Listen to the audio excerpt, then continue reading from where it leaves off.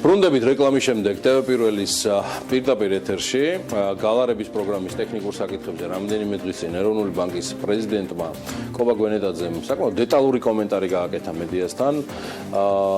კობა გვენეტაძე თავად დაანონსა, რომ ეროვნული ბანკის ვებგვერდზე გაჩნდებოდა ეგრეთ წოდებული კალკულატორი, სადაც სურველებს შესაძლებლობა ექნებოდა ცესხების გალარების რისკები დაეთვალათ და თქვა არ დაავადებოდნენ სხვადასხვა კომერციული ბანკების კრედიტოფიცრებს, მესვეურებს თუ საკონტაქტო პირებს. მაყურებლებს სულ რამდენიმე საათის წინ ვებგვერდზე ჩაშვებული მთლელის პრეზენტაციას არჩილ იმნაიშვილი, ეროვნული ბანკის მონეტარული პოლიტიკის განყოფილების უფროსი გაუკეთებს. მე მას მივესალმები საქმიანი დილის პირდაპირ ეთერში. დილამშვიდობის და დიდი მადლობა, რომ ხართ ჩვენთან ერთად ესე დილა ადრიან. დილამშვიდობის, მოგესალმებით და მივესალმებით თქვენს მაყურებელსაც. დიდი მადლობა. არჩილ, პროცესზე სანამ გადავალ თვითონ პრეზენტაციაზე, საკმაოდ ეს სკრუპულოზურად და ესე მიდიოდა, ანუ მუშაობდა გარკვეულად დიდი ჯგუფი და ესეთი გამოვიდა, მე რაც ვნახე ეს კალკულატორი. რა დრო წაიღო ამან ყველაფერმა? ну, პრინციპში ეს კალკულატორის მომზადება დაახლოებით 1 კვირის წინ დავიწყეთ და შემდეგ ეს 1 კვირა დაჭირდა იმას, რომ ჯერ ეს კალკულატორი მოგვემზადებინა და შემდეგ უკვე ამის საიტზე სწორად ასახვა განხორციელება და ყველა დეტალი რაც ამას უკავშირდება. კარგი, მოდი გადავიდეთ მაშინ თვითონ კალკულატორზე, რომელიც უკვე წარმოდგენილი არის საქმიანი დილის პლაზმაზე.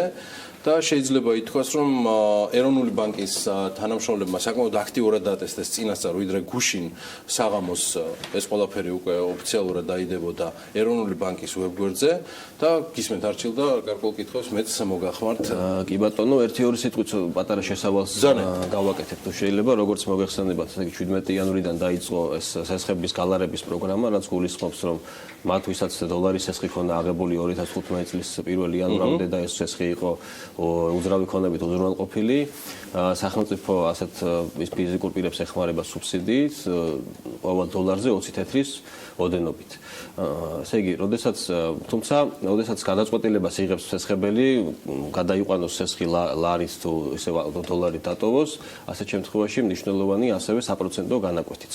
რომ ესე იგი, ამ საპროცენტო განაკვეთის გათვალისწინებით, რამდენად მეტის გადახდა, ნაკლების გადახდა მოუწევს ამ აღნიშნული ცვლილების შედეგს. დაინახოს მომხმარებელმა თუმცა როდესაც ესე იგი ორ ფინანსურ ინსტრუმენტს ვადარებთ, ამ ორი ფინანსური ინსტრუმენტის შედარება არ არის ესე მარტივი, განსაკუთრებით მათთვის, ვინც ამ საქმეში არ არის გათვითცნობიერებული. ამიტომ როდესაც ბანკში მივდივართ, ბანკის აკრედიტო ოფიცრები ყოველთვის გვეხმარებიან, რომ ეს რისკები კარგად აგვიხსნან და დაგვანახონ, თუმცა ამის გარდაც ეროვნულ ბანკმა გადაწყვიტა, რომ საიტზე დაედო ეს კალკულატორი, რომელიც საშუალებას გვაძლევს, რომ ბანკში მიუსვლელადაც ინტერნეტში შევიდეთ და დავიანგარიშოთ ჩვენს შემოთავაზებულ პირობაზე, რამდენად მეტის გადახდა გვიწევს და თუ ნაკლების და ასევე ყველა ის რისკი, რომელიც ახლა სად არის სარგებელი რეალურად აი ამ კონვერტაციას. და მოდი ახლა გავყვეთ ამ კალკულატორს უფრო დეტალურად. მაგალითის დონეზე. ხო, ერთი შეხედვით შეიძლება არ ჩანდეს, რომ ეს არის მარტივი, თუმცა ახლა არ არის არც ისე რთული არის, როგორც ერთი შეხედვით ჩანს. ანუ სულ ზედა ნაწილს სამწყილზეა საუბარი. რომ შევხედოთ, ეს არის ზოგადი ინფორმაცია, რომელიც ახლება ავტომატურად, თუმცა იქ სადაც ცისფერი უჯრებია, იქ შეგვიძლია ხელითაც შევცვალოთ. ნუ ეს არის პირველ უჯრაში არის ლარის გაცვლითი კურსი ოფიციალური დღეს რაც იმ დღის რიცხვისთვის რაც არის, დიახ. ნუ შემდეგ უჯრაში არის ეს კონვერტაციის კურსი, 20 გაცვლითი კურსი გამოკლებული 20 თეთრი. შემდეგ უკვე არის ეს კომერციული კურსი, ანუ დღეს ფაქტიურად თქვენ რომ დოლარის ყიდვა გინდოდეთ ბაზარზე და ახლობით გასაშვალოებულია ეს არჩილ, აი თუ როგორ არის? ნუ ბანკის ოფიციალურ კურსზე ცოტა მეტი აქვს კომერციულ ბანკებს კურსი. საორიენტაციო კომერციული კურსი. საორიენტაციო, თუმცა სხვადასხვა ბანკ შეიძლება სხვა კურსი ქონდეს და ეს შეგვიძლია ხელით შევცვალოთ. იმის დამიხედვით, ნუ თუ გარეთ ყიდულობთ ქუჩაში თუ რომელიმე ბანკში, რა კურსიც არის, იმის მიხედვით შეგვიძლია შევცვალოთ. ასევე ძალიან მნიშვნელოვანი ველი არის, ეს არის სავალუტო რისკი, რომელიც შეფასებული არის 4%-ად, ანუ ეს არის ფაქტიურად, როდესაც ჩვენ დოლარის სესხს ვიღებთ, ასეთ დროს ჩვენ გვაქვს გაცვლითი კურსის რისკი, ასეთ სესხს სესხზე გვაქვს გაცვლითი კურსის რისკი და ეს გაცვლითი კურსის რისკი თავისი ფასი აქვს და ეს ფასი რო შევაფასოთ პროცენტებით გამოსახული ჩვენ შევაფასეთ როგორც 4%. ეხლა რატო 4% ამაზე ვთქვათ 1-2 სიტყვა. იქ სადაც ფინანსური ბაზარი განვითარებულია და ბაზარზე არსებობს სხვადასხვა ფინანსური წარმოებული ინსტრუმენტები გაცვლითი კურსის რისკის შესაფასებლად ძირითადად აიღებენ ხოლმე სავალუტო სვოპის განაკვეთს. თუმცა ჩვენთან სავალუტო სვოპები არ არის განვითარებული, ბანკები მართალია აქვეყნებენ სავალუტო სვოპის შეთავაზებებს, თუმცა ის სხვაობა ძალიან დიდია და ის რეალურად არ ასახავს გაცვლით კურსს. ამიტომ ჩვენ შემთხვევაში ეს სავალუტო რისკი შეგვიძლია შევაფასოთ როგორც ლარის და ამერიკული დოლარის დეპოზიტების საპროცენტო განაკვეთებს შორის სხვაობა.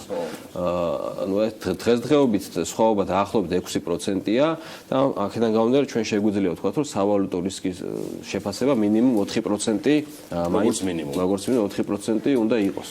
და ასევე არის ბოლოში მოცემული ბოლო სვეტში საპროცენტო განაკვეთის რისკი ეს ძირითადად ლარის სულა განაკვეთიან სესხზე თუ არის ლაპარაკი, ბუნებრივია ასეთ სესხს აქვს საპროცენტო განაკვეთის რისკი და ესეც რო გავითვალისწინოთ ჩვენ კალკულაციაში, ესეც კალკულატორის საშუალებას იძლევა.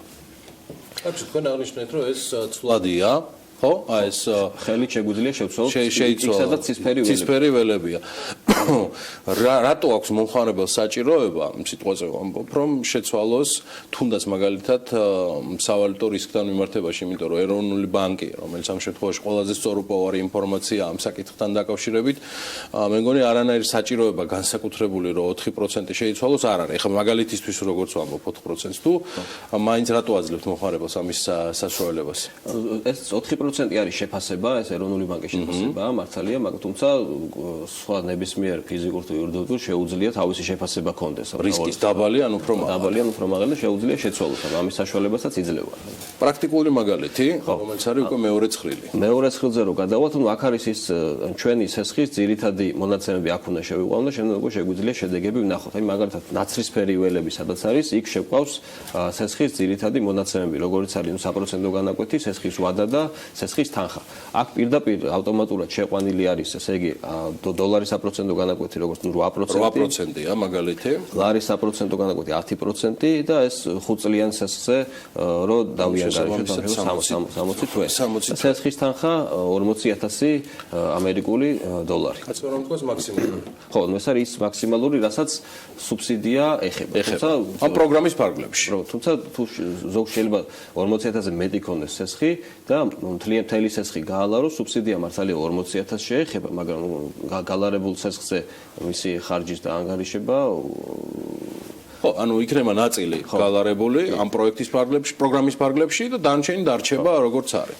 ან ბანკთან აგზელოს საუბარს. ხო, თუმცა ეს კალკულატორი მხოლოდ 40,000-ზე ზემოთ დაანგარიშებას არ ითვალისწინებს.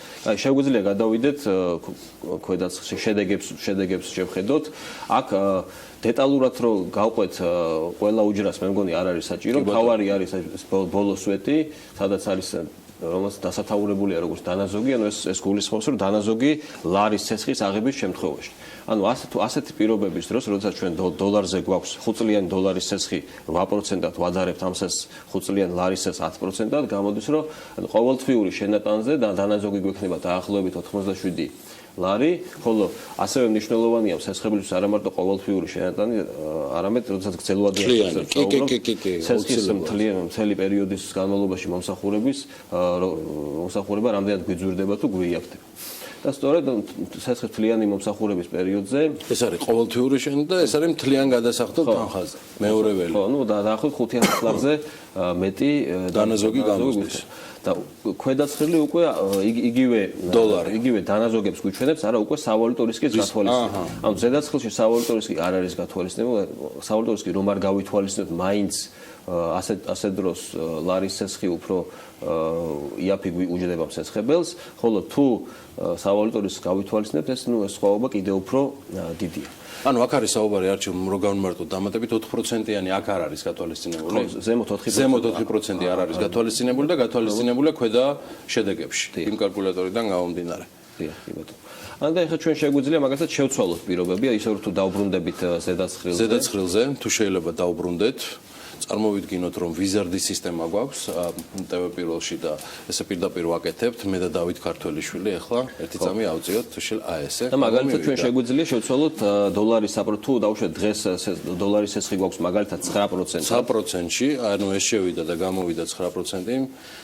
აი აქ ოჩახ 9%. ხოლო ბანკი გალარების შემთხვევაში გვთავაზობს 11%. 11%-ს ადგილზე, კი ბატონო.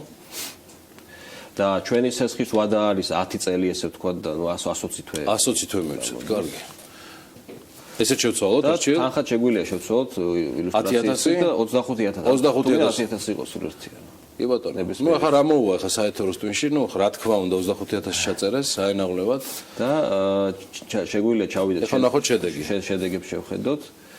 ანუ ასეთ დროს, ასეთ პირობებში კვლავ რისკის გარეშე, ხო ზევით? ხო, ანუ ასეთ შემთხვევაში სესხის გალარების დროს დიდი შეღავათი არ არის, თუმცა მაინც ლარის სესხზე უფრო ნაკლების გადახდა გვიწევს, მაგრამ სავალუტო რისკის გათვალისწინებით ეს სხვაობა გაცილებით მეტია. ანუ სესხის მთელი მომსახურების პერიოდში დაახლოებით 14,500 ლარი გამოდის. ანუ გამოვიდა, რომ 25000 დოლარიანი 25000 დოლარის სესხის პირობებში, თუ ჩვენ მას მივსადაგებთ 10 წლის ვადას გადახდისა, თავის შესაბამისი კომპონენტებით, რაც შესავალში ბრძანეთ, სესხი იპოთეკური, მიმართავ ბანკს და შესაბამისად იქ არის გათვალისწინებული სავალუტო რისკი, რომელიც ეროვნულ ბანკს აქვს დათვლილი 4%-ის ფარგლებში. ყოველთვიური დანაზოგი გამოდის 121 ლარი. ხო, ესეა და მთელი სესხის განმავლობაში სესხებელი რეალურად 14500 ლარს ზოგავს. ასეა? დიახ. და ეს 40000 დოლარის ფარგლებში უხეშად 100000 ლარის ფარგლებში ყველა მსესხებელს შეუძლია შეიყვანოს და ნახოს და წინასწარ იმასწროს. თუ შეიძლება კიდევ ერთი მაგალითი შეგვიძლია ისევ ალბათ უნდა დაუბრუნდეთ ძველ იმას, ხო? კი ბატონო. სადაც პირობებს ერთი დაუბრუნდეთ. იმას შევერთობ ამ ბაზმაზე. ხო, კაი გასართობიც არის მართალი ვსწანებთ. ესე იგი შეგვიძლია და დაუშვათ 1% განაკვეთს. ეს სხვა შორის მთავარი პრობლემა, რაც გვაქვს ქვეყანაში არჩილ თვლა არ უყვართ. თან დაზოგვის მიმართულებით ეს კალკულატორი იმედი მაქვს რომ შეარჩევს. იქნებ კიდევ ერთი რაღაც სიკეთე ქონდეს ამ გალარების ერთჯერად სოციალურ პროგრამას. დაუშვათ 1% განაკვეთებს შორის არის უფრო დიდი სხვაობა, მაგალითად 11 ლარის სესხს გვთავაზობს არა 11, არამედ 12%-ად. და დანარჩენი პირობები რომ იგივე დავტოვოთ, ეხლა შეგვიძლია ჩავიდეთ და შედეგებს შევხედოთ. ანუ შედეგებში ჩანს რომ ანუ ყოველთვიური გადასახადი თუ გაცვლითი კურსის რისკს არ შევხედავთ და არ გავითვალისწინებთ, მაშინ ყოველთვიური გადასახადი დოლარისაზე უფრო ნაკლები გამოგვდის, მაგრამ აქ მნიშვნელოვანია სწორედ ამიტომ დავამატეთ ეს სავალუტო რისკი, რომ ესეც სესხებელმა ეს გადაწყვეტილების მიღების დროს ეს იყო პრაქტიკულად სავალუტო რისკი არჩილ, როგორც ერთ-ერთმა ასე ვთქვათ, წამდგენმა და ხელმძღვანელმა ეროვნული ბანკის გულისხმობ, როგორ უნდა გაითვალისწინოს ეს ბანკებთან ურთიერთობაში. აი ბანკშია ადამიანი, დაინახა ესეთი სხვაობა, რომელიც ნუ თქვათ 4%-ით გაქვთ თქვენ შეფასებული. რა უნდა გააკეთოს რიგითმა მომხმარებელმა? ესე იგი, სესხებელი როდესაც ბანკში მიდის, ბანკი პირველ რიგში აუცილებლად, როდესაც თუ ლაპარაკია დოლარის სესხის გაცემაზე, ბანკი ვალდებულია, რომ სესხებელს აუხსნას ეს სავალუტო რისკი და რამდენი არის და ამასთან დაკავშირებით საკრედიტო ხელშეკრულებასაც უნდა ქონდეს თავის დანართი, სადაც ეს იქნება ახსნილი. რა თქმა უნდა, ამ ბანკის საკრედიტო ოფიცრები აკეთებენ, თუმცა ასევე ეს კალკულატორიც დაეხმარება სესხებელს, რომ გათვისნობიერებული გადაწყვეტილება მიიღოს.